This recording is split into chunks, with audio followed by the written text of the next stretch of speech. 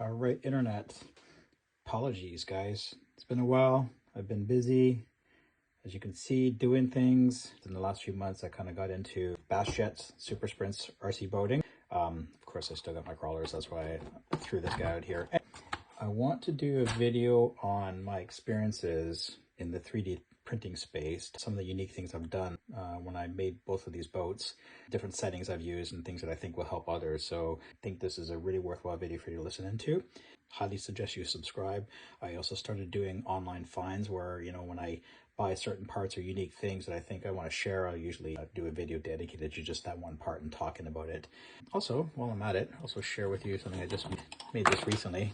I got tired of all my bits and pieces and my tools, you know, being thrown at my desk and just causing a mess all the time. So I just modeled up this 3D printed holder for my stuff. So I can find that on my MakerWorld account.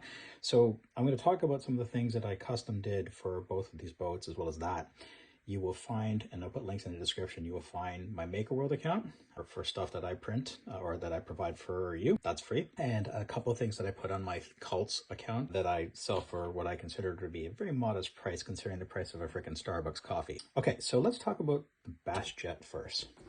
This was a really fun build. I really enjoyed this. Maybe just start with the custom things that I did, because there's two things that I did on here that I think this is the best one I find that you'll find very, I think, useful. So I was not happy with the waterproofing with the stock parts, no fault of the creator, but I just decided to model up my own ring and my own TPU lid. It's a lot like what's on the Supersprint, but I did model this myself. I do things in plasticity. It has a little tiny ridge. Anyway, I got a whole other video on this. You can watch it in my, when I show you the link to my listing for these two parts in Cults 3D. So you can download them there. So get that out of the way. The other one thing I want to talk about is I remodeled up the trim flaps, and I'm using actually a TPU for AMS on this. So it's actually very flexible, but also very stiff. This is actually, namely TPU for AMS. It's actually much harder than a lot of the other TPUs, so it really can take a beating but still hold its form, which is important to this. And it uses, sorry you can't see it here again, you can check more details about this in the link, but it uses a single link, a servo arm link on that. So anyway, let's talk about materials. So the hull, this was my first time doing this. I really had no idea what I was doing. So the hull, I started obviously pieces, printed this on my P1S. I did this in PETG HF. It was actually, you can see here, it's orange. So I actually sanded and primed and painted it. And as you can see, it's already taken a pretty good beating just with one use out of Bronny Creek. So here's some information about this. I always go, it's my Italian heritage, but I always go big. Anything I build, I modified some of the settings in this guy. I use 6 wall loops, which pretty much makes it almost 100% solid. But you know, 25% rectilinear infill. Again, made it a bit heavier, but I think really has made it a solid body with very little gaps in there. Is that the best approach? I don't know. It's probably a little bit heavier. I'll share the weight with you in a minute. So yeah, that's that. But for the rest of the stuff, I used, I used PETG for most other parts. Is, you know, the cage is PETG. For that, I actually did the cage in 0.8 layer height to get, you know, a bit better quality out of the shape and the form of it. 6 wall loops again to make it strong, because I expected this would take a hit if I, you know, not being an experienced boat rider, take a hit. Infill 15% gyroid and tree supports added to this as well. Anyway, another little small tip I have is that I printed the front tip out of TPU 95A. Which is you know, much more flexible than TPU for AMS. So, and I actually did this with you know, only I think 2 walls and a very low infill, like 5% I think. So the idea is I wanted to make it flexible and actually be able to take a beating should I hit, you know, if I'm out boating with somebody else in their RC boat. If I take a hit, if it takes a hit, it'll take most of that without snapping and breaking parts off. And again, great kudos to the original designer of this, because you can remove it, print another one, and add another one. I also printed the this guy here, the roof out of the TPU. This one is the TPU for AMS. Again, it's stiffer than the 95A, much stiffer than this. Again, the idea is it's very flexible. It's going to take a crap kicking, and it's almost impossible to destroy this stuff. I did the front window in PETG HF, but I'm likely going to swap that out for this TPU as well to let it have some, take a beating as well. Other than that, the rest of the parts, basically, again, PETG HF just works. It works fine for what I'm using it for. What else do I have here? In terms of, in case you wanted to know, I thought I'd share some other information with the dry system, because I know a lot of people ask questions about what they should use. Again, I'm not trying to race this or reach a top speed. I'm very impressed by how fast it does go given the size and weight. So I'm using 120 amp Flycolor ESC and Rocket RC 3670 motor, 1850 kV. And I find that works quite well. I also bought the 3D aluminum printed, so the SLM printed impeller instead of printing my own, and I'm pretty happy with that. I think it's done well for itself. You can get those online, or you can get them printed yourself. Can't really see it in there, but it's in there, as well as obviously the aluminum pieces. I think it's RC Trader that sells the kit, so I basically bought the kit with these pieces and the impeller. In terms of the actual the sort of the nozzle, or the pump as they say, that one there was again the PETG HF with pretty heavy again on the actual wall loops. I think it was 6 wall loops on that as well, with a relatively low infill of like 33%, 30 some odd percent. Again, I wanted a lot of strength out of this guy. Make sure that it could take a beating if it got hit or anything like that, and obviously it's a part that will undergo a fair bit of stress, so I wanted to make sure it was strong. I was willing to give up. I'm not trying to minimize to save on weight here, so I'd rather go with strength. So overall, this guy is 2.8 kilograms, which amounts to about 6.2 pounds. Again, it's kind of heavy. I don't know how to judge that against other boats because I don't have anything other than the Supersprint, but it still goes, and it still does flips and funky things in the water, so I'm really happy with that. Again, in hindsight, I took this and I took some lessons from this, and then I applied it to my Supersprint.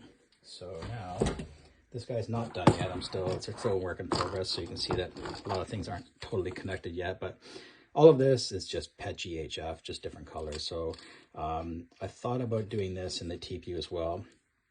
I'll do it in the PETG HF for now, and I'll switch to TPU for AMS, which again is stiff, but can take a beating. Actually, now that I look at it, sorry, my bad.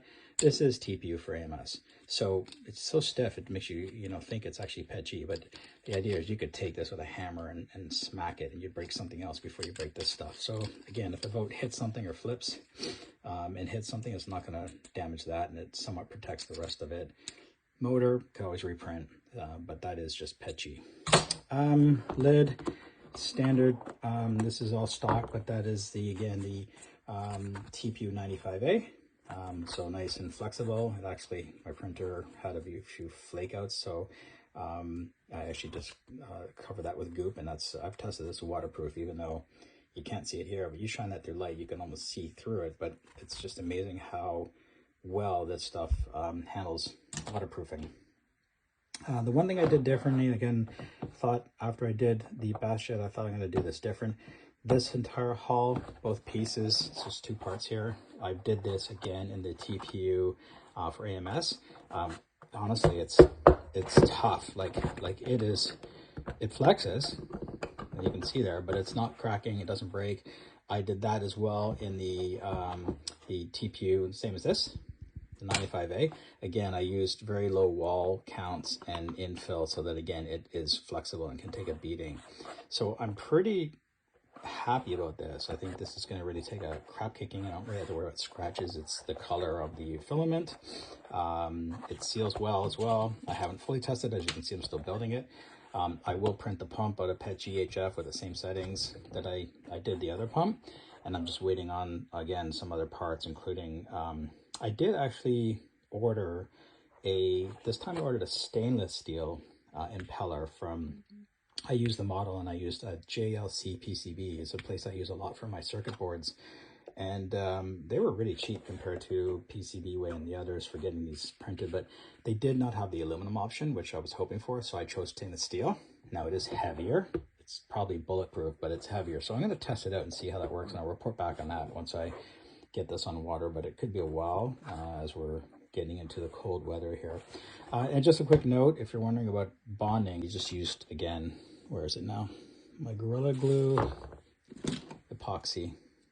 5-minute epoxy works just as well on the PETG or the TPU. Stuff is bonded like solid as heck.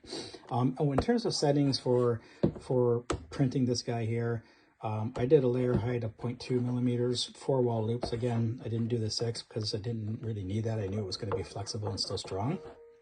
I actually did, and I can share a picture of this, I actually added tree support because I printed this first half like this, and I did it on my P1S, so it's not a bed slinger, so I don't have to worry about that craziness, but I still didn't want to take a chance of the head potentially, you know, getting like a 60, 70, 80% done, and the head just seems to be, you know, TPU can be a bit flaky with your head, you know, causing a bit of drag on the print, and it's a very small surface area. So I added manual tree supports here and on the other side, just down, just so this one piece using Bamboo Studio, which worked really well, and it really added maybe like 10 minutes to the time of what was, I think, probably a 6-hour print. I forget what it was.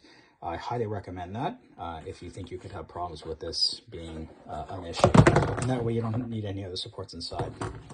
So I did that. Again, the engine components, all of the pump components will be PETG HF. For those, I use 0.2 millimeter height, layer height, wall loop 6 again, Infill 30% gyroid. Those little steering nozzles at the back here, these guys, basically those are all, both boats, PETG HF. In that case, I actually wanted a little more resolution just to make them stronger and I guess not create friction where it doesn't need to be. So 0.112, 1.2 layer height, wall loops of 6, and infill of 80% gyroid on those. By the way, I'll add all this information to the description so you don't have to be writing down what I'm saying. I should have said that earlier. Drive system on this one, in this case, very similar, but I've got a basically 90 amp Flycolor ESC. This one I got this used, it's brand new, but I used online from a guy locally, King Val. This one is, where's my specs? 3660, 2150 kV. And the weight of this guy, I sort of put all the parts together with this together and weighed it at 1.3 kilograms, which is 2.8 pounds for my US posse. Pretty light, I think, for the size and the power it's going to have. In both cases, I'm using 4S batteries. So I'm using 4S 3700 milliamp hour 60C batteries. I run them one at a time, and they give me about 15 minutes run time in the Bass Jet. So we'll see, I'll report back on this. I suspect to get a fair bit more because this thing's like, again, half the weight, more than half the weight of the Bass Jet. Anyway, again, please like and subscribe. You want to see more on this, more on crawling stuff, more of my online finds. Thanks for your support.